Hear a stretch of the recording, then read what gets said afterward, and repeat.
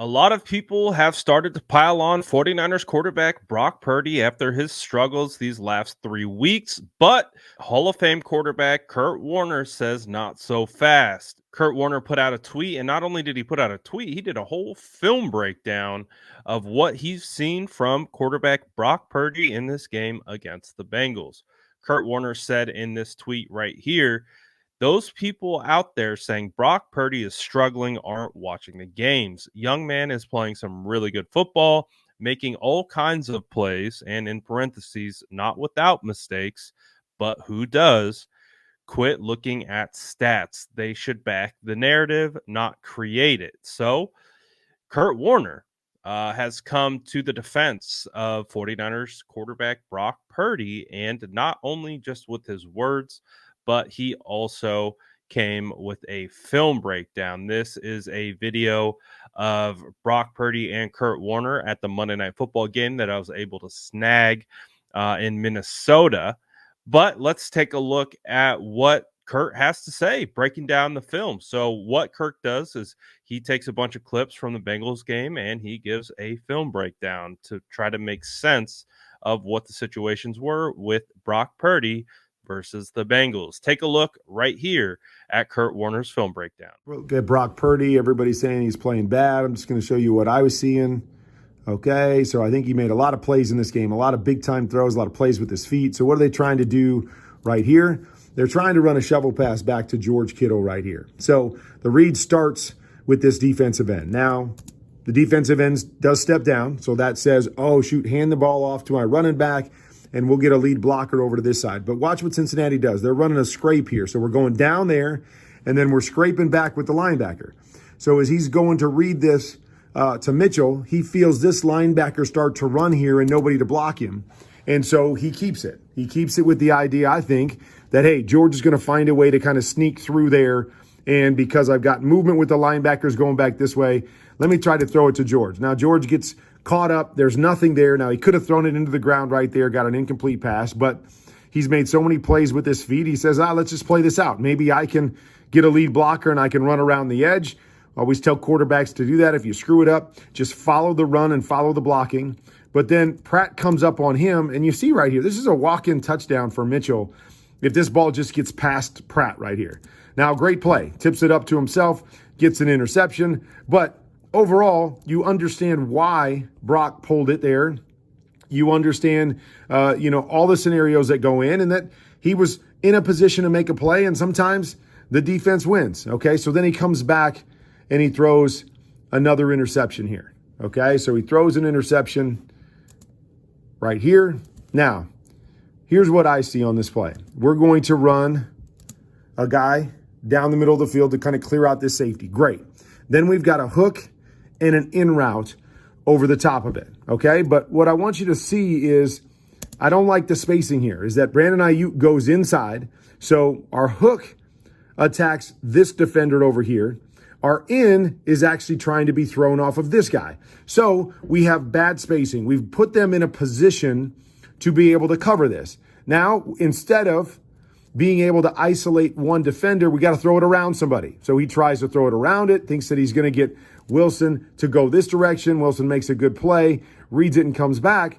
But what I would like to do is I would like to push Brandon Ayuk out here and then push up and then run the in. So we have the hook and the in attacking the same area of the field. So now we can isolate one defender. I'd also like Christian McCaffrey to be a little bit wider here, okay? Or vice versa. If Christian McCaffrey, if they want to run this inside more, put Christian McCaffrey further inside so we isolate Wilson or we isolate the nickel, one or the other. But we can't have one guy go wide to isolate the nickel, the next guy to go inside and isolate the Mike linebacker. So now Brock Purdy doesn't have a read. Look, boom, he attaches there. That tells me to throw the in. Oh, shoot, trying to throw the in, but there's another backer free there. I got to try to throw it around him. Now this leads to an interception right here. Okay, he had a play earlier in the game where it was almost another interception to Logan Wilson, but just want to show you, this is exactly the same thing that he did on that particular play. Logan Wilson sitting in here. They're running what we call T-seam, where the tailback Christian McCaffrey's running a seam, and Brandon Ayuk is running the influence across. And he comes back, boom, Logan Wilson's not there.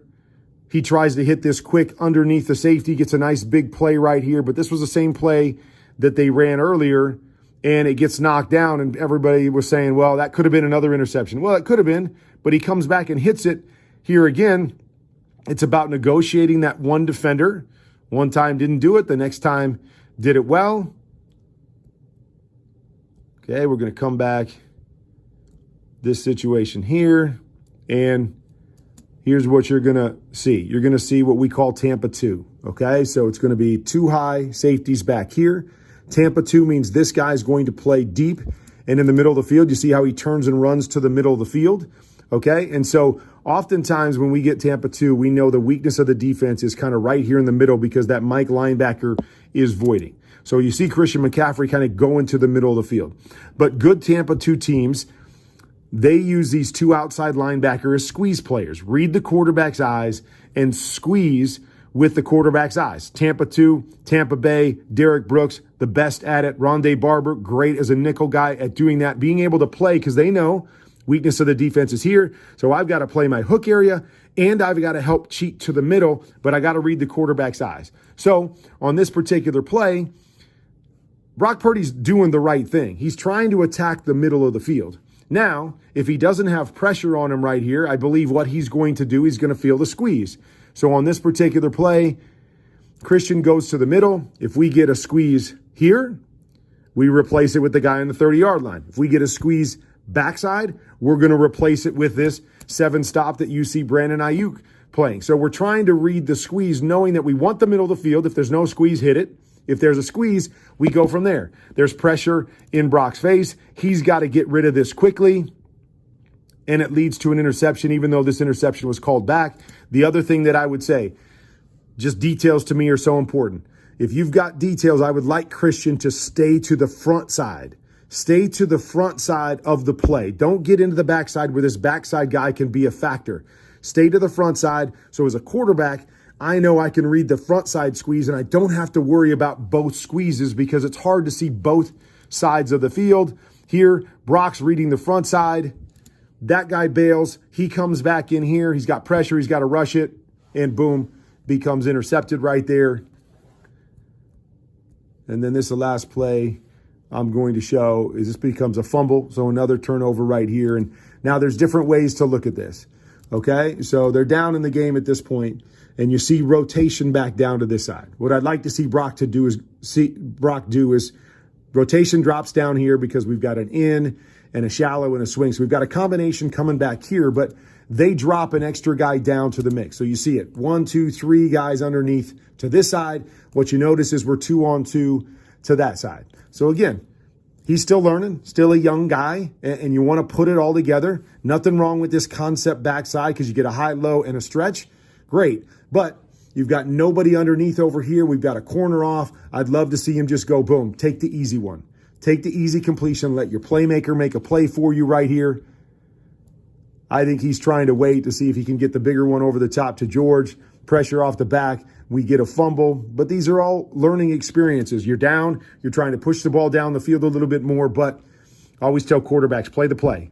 Play the play. The play says rotation down weak, too many guys down weak, go to the strong side, take the underneath one first, then if they jump it, work up over the top, but take the easy one. So I think Brock's playing really good football, some learning experiences, some things that the team could do better, and obviously some things that Brock could do better.